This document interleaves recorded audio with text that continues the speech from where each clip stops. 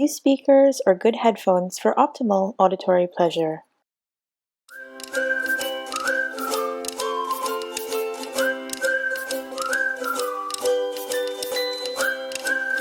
Thank you so much for joining me on this channel. I am here with a new friend, Alan, who I met on a thing called Lunchclub. For those of you who don't know what that is, it is a website where an AI matches you with someone they think might be interesting for you to meet. And so this is actually my second meeting with Alan. Thank you for being here. Welcome. Thank you for having me. So could you speak more about your experience on Lunchclub, Alan? Sure. I think last time we talked, we both said that we might have been on this for a little while now, and it's been a really great experience for me so far. It's been maybe a couple months now, and I've been meeting people at least once a week, if not twice a week. And everyone I've met so far has just been really interesting. And I've just had a really good time talking to them. And you were one of the people that I was also really excited to meet, just based off the descriptions that we listed for our bios. And I just thought we would have a lot of things in common. So no surprise that we're having a follow-up conversation right now. Oh, thank you so much. I appreciate that. And yes, Alan is such a great lunch club meet that I've invited him for another conversation. And so I'm really happy that he is here with us today. And so for this show, our intention is to share information about the Lunch Club platform, not because we're sponsored, but because we think it's really great. I mean, how else would I have met someone through the global pandemic at this time? And I want to say props to the internet, props to Lunch Club, which is free, by the way. And Alan, could I ask you who, you don't have to name names, just generally answer the who is the most interesting person you've met so far and why on the platform? Oh, that's a good question. Who's the most interesting person I've met on the platform so far, and why? That's a really good question. I've met a couple interesting people. I feel like one of the people that's kind of, oh wow, it's really so hard to pick one. I think one of the people that stands out to me is this guy that I talked to who was a music composer or a score composer for like film and TV. And that's someone that I've never, that's someone from an industry I never thought I would really have a conversation with, just because we live in two very different industries or two very different spheres. We probably don't have like similar groups of friends or whatnot. But as someone who really likes film, I had a really interesting conversation with him. And the interesting thing is that he also has a podcast that he started recently, where he interviews other composers. And based off the brief conversation we had, he gave me a lot of insight into what his day-to-day job involves. He's met a lot of very high-level people because apparently the music score industry is kind of small. So if you intern for one person, chances are you'll be able to meet other people in the process. And as someone who pays attention to film scores, it was just an unexpected pleasure to have a conversation with him and someone who does that for a living. Awesome. Well, thank you for sharing that. And of course, you can name more interesting people. I'm sorry that it was unfair to make you pick one. Definitely tell us why No, that was it's so perfectly interesting. fine. Yeah. I think though, people want to know, like, for me, if I didn't know what Lunch Club was, I want to know more, like why you're using it. Basically, Mm. you're addressing that. And so getting back to your answer, the music industry, is that something you are pursuing professionally or for fun? Like, what is the interest for you? Yeah, so I one thing I'd like to kind of mention is for Lunch Club, they give you a couple of options for who you would like to meet. They ask if you would like to meet someone in your industry for more networking. They ask you if you want to meet someone interesting, and I think they might ask you like, do you want to meet someone who's a potential investor or whatnot? My guess is that there are a lot of entrepreneurs on this site that are looking to meet other people who can help join their team and make their product a reality or something. So typically, for me, I tend to choose I want to meet someone interesting just because right now, with what I do um, in my professional life and in my downtime, I'm not really in a place right now where I feel like I'd be able to really make the most out of a conversation with another person. That being said, I do some writing on the side, so I have met a book editor, and I did meet one or two other writers.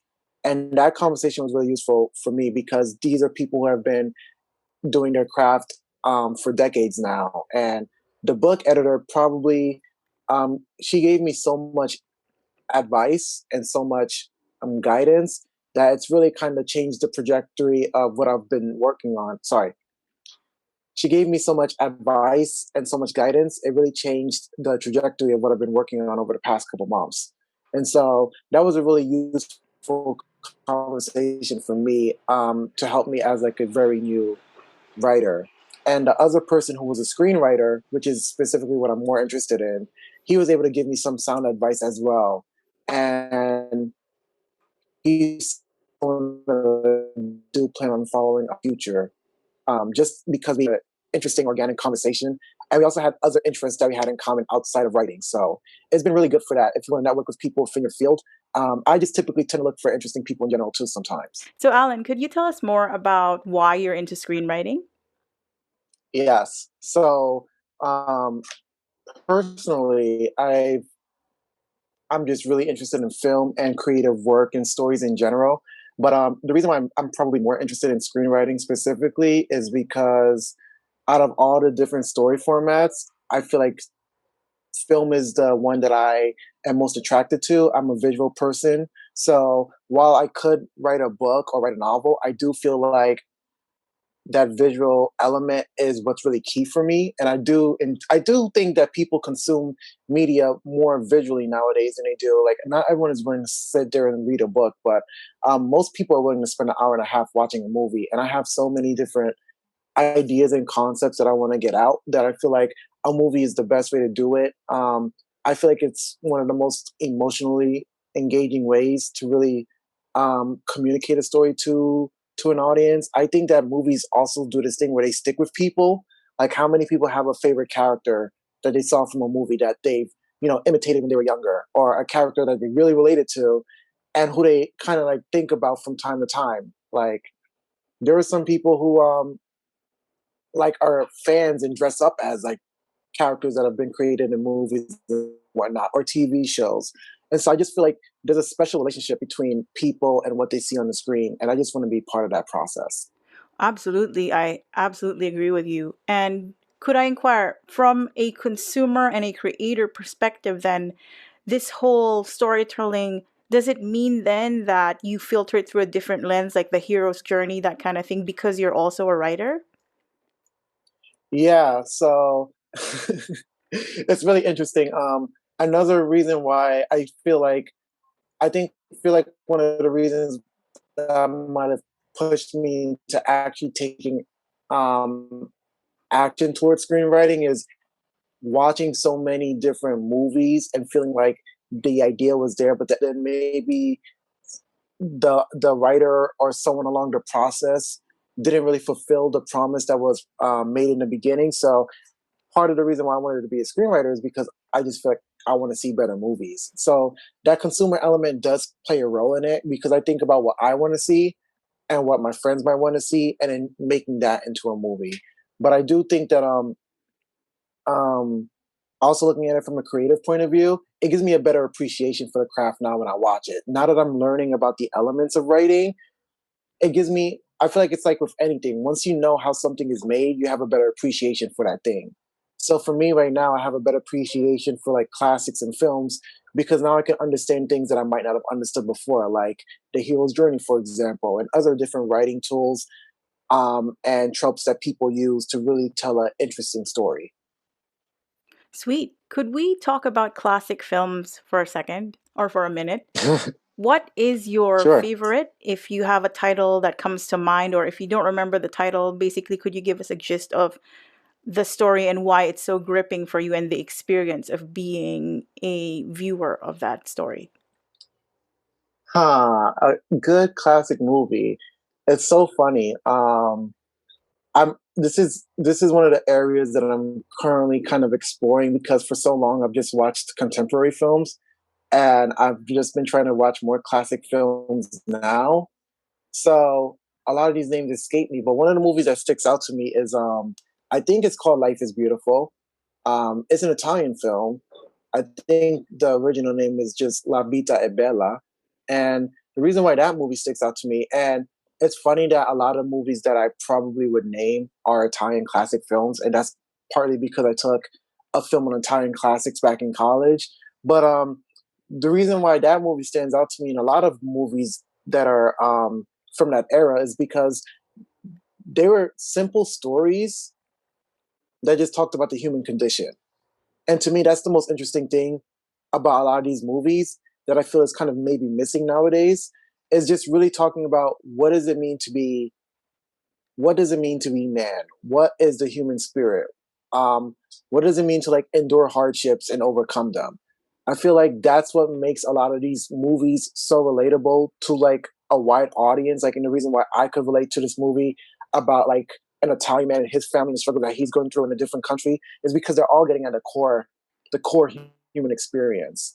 And so I think that's one of the beauties of like at least some of the classics that I enjoy are that I rank high on my list. Though I know there are a lot of other ones that might not necessarily fit that description. I resonate with that. And that is also one of my favorite movies. I think it's great in terms of exactly it's human emotions, raw, captured, that powerful storytelling. Nowadays, with contemporary film, it's more effects, green screens. Oh, look at how much we spent on this editing and filming process. And I understand it is a craft. We now have the science and tech to make things amazing, but there's a difference, a big difference when you focus on that raw human emotion. It's very powerful. And it's something Mm-hmm. that you can't forget. It's hard to forget, and it could get you so passionate about films. And I think that's really exciting that that's one of the movies that you think is a great classic. Yeah. In terms of screenwriting, do you find that, let's talk about inspiration. Where do you get ideas for what to write? These are great questions. So as far as inspiration goes, it's really funny because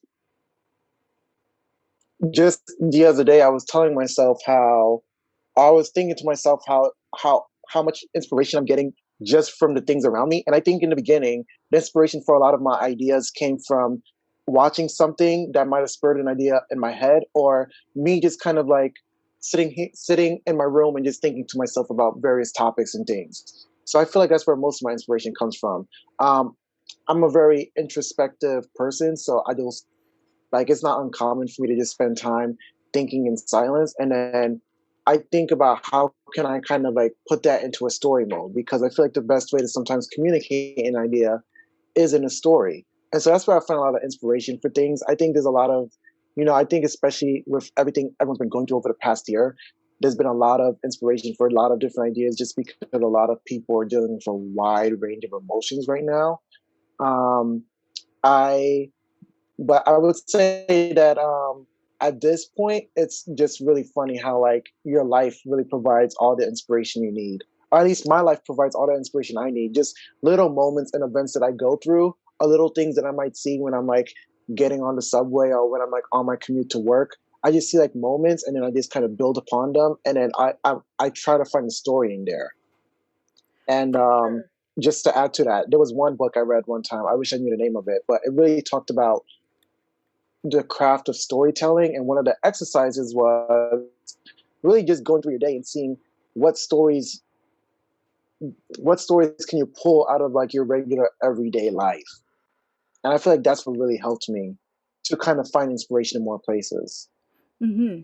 I appreciate that answer a lot. I think that is what makes a great life, appreciation and, finding inspiration, not just in the commonplace, small, everyday things, but also in recognizing that it's amazing that we're alive at this time. We have so many things to be grateful for. Yes, there is a global pandemic, but for the most part, a lot of us can connect in ways that were not possible back then. And one of these examples is what we're doing right now, connecting through the internet, through Zoom, through Lunch Club.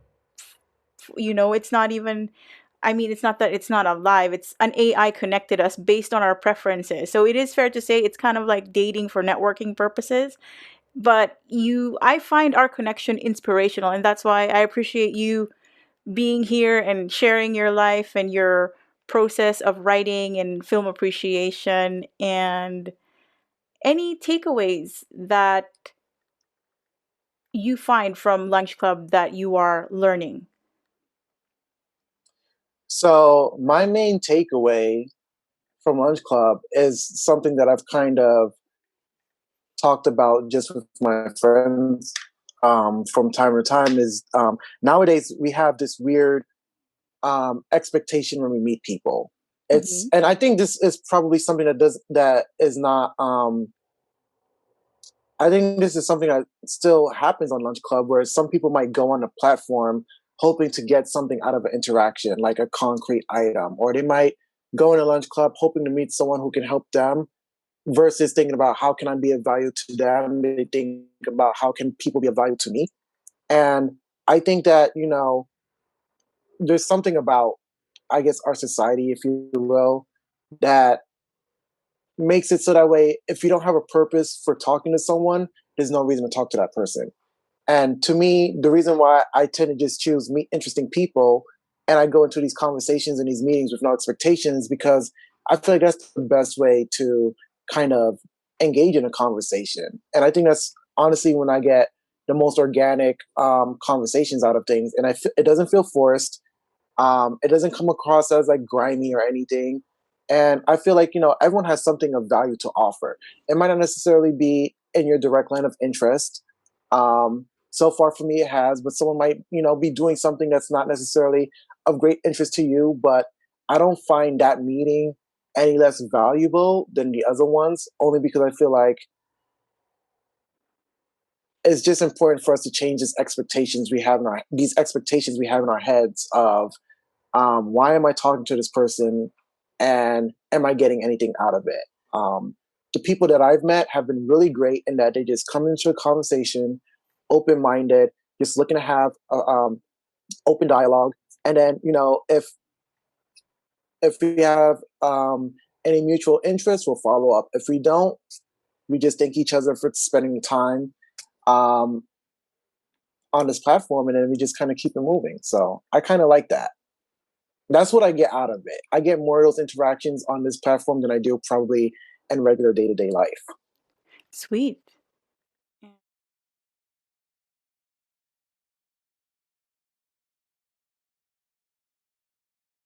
I think connection is important. Yes, some people will care about what do you bring to the table, but we are in a world right now where even just connection is hard because depending on where you are, you could be locked down. You can't even go outside. And so for me, I appreciate hearing you say that, Alan, that you're open and the people that you're meeting are open, no agendas, no expectations. Not a bad thing. That just means that it's a more organic and authentic connection. And thank you for sharing your experience with us.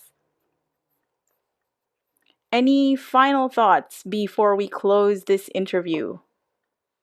Do you recommend Lunch Club? Uh, I do recommend Lunch Club. Again, if you're someone, the way it was introduced to me was if you want to just meet, if you want to do some networking, or if you just want to meet interesting people in general, you should try Lunch Club. And I was like, yes, that sounds perfect to me because, especially, like you said, during this pandemic, it's not very, there aren't many opportunities to do networking events or to just meet new people exactly from your home. But I find the best thing about Lunch Club is that it does it in a way where it doesn't feel awkward. And maybe that's because of the way people get invited, or maybe it's something about the platform itself. But I think they do a really good job of making meeting strangers not awkward, which is, I think, the biggest thing people get worried about. Oh my goodness, thank you for bringing that forward. I actually think, yeah, come to think about it, I know about Lunch Club because a coaching colleague said that she found something which she was invited to by someone she knows, and she's met 46 people so far. And I go, how are you meeting people? It's a pandemic. And she's like, I'll send you an invite. And so I think what Lunch Club is doing great. Once again, we are not sponsored. We're just really big fans of the site. This is how Alan and I have met.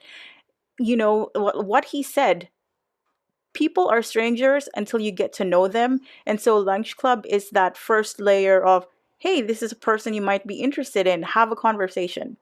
And you Mm-hmm. have that connection, and if they show up, great. If they don't show up, and this has happened to me, actually my first meeting didn't bother to show up, and when I clicked to follow up, his profile was gone.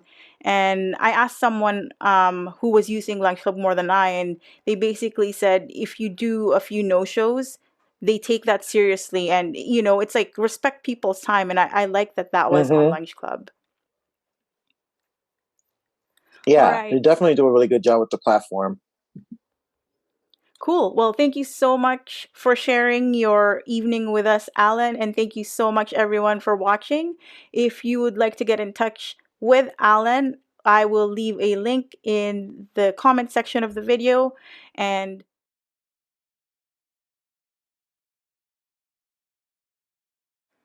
grounding methods include breathwork, body scan, guided meditations, energy healing, sound baths. I offer one-on-one and small group coaching, masterminds, in-person, and live stream events. Thanks for watching. I appreciate your likes, shares, and comments.